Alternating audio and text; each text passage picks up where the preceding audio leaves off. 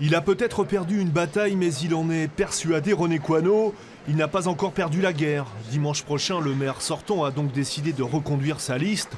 Déçu de son score, forcément, avec 28,8, il n'arrive que deuxième derrière son ancien adjoint, Claude Renoux.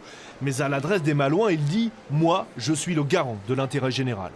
Vous ne voulez ni les excès de la gauche, qui reproduirait ici la politique du gouvernement de M. Hollande, ni les excès d'une certaine droite, que j'appellerais plutôt conservatrice, d'un certain nombre d'intérêts. Je crois que les Malouins vont comprendre que nous sommes une voie moyenne qui fait le meilleur rempart, encore une fois, contre la gauche. Mais au premier tour, c'est donc bien Claude Renoux qui est arrivé en tête avec plus de 30%. Pour en finir définitivement avec l'ère Coineau, il faut que la vague s'amplifie dimanche prochain, dit-il. Entre les deux hommes, le divorce est depuis longtemps consommé. J'entends qu'il a déclaré qu'il était un rempart. Moi, la question que je me pose, c'est de savoir contre quoi.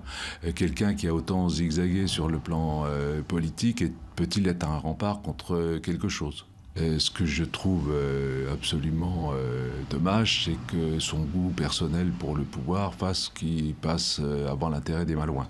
Alors le deuxième round pourra-t-il profiter à la gauche? C'est évidemment ce qu'espère Stéphane Perrin, arrivé troisième dimanche.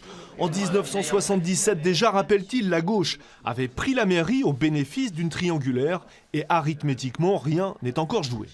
Les frères ennemis au premier tour ont fait le plein de voix de chacun de leur côté. Il n'y a aucune entente possible entre eux. Au contraire, pour ce qui nous concerne, nous avons encore la possibilité de convaincre des électeurs qui précisément ont fait le choix d'autres listes, mais toujours sur ces préoccupations du logement et de l'emploi. Et c'est bien ces électeurs-là que nous allons mobiliser au second tour.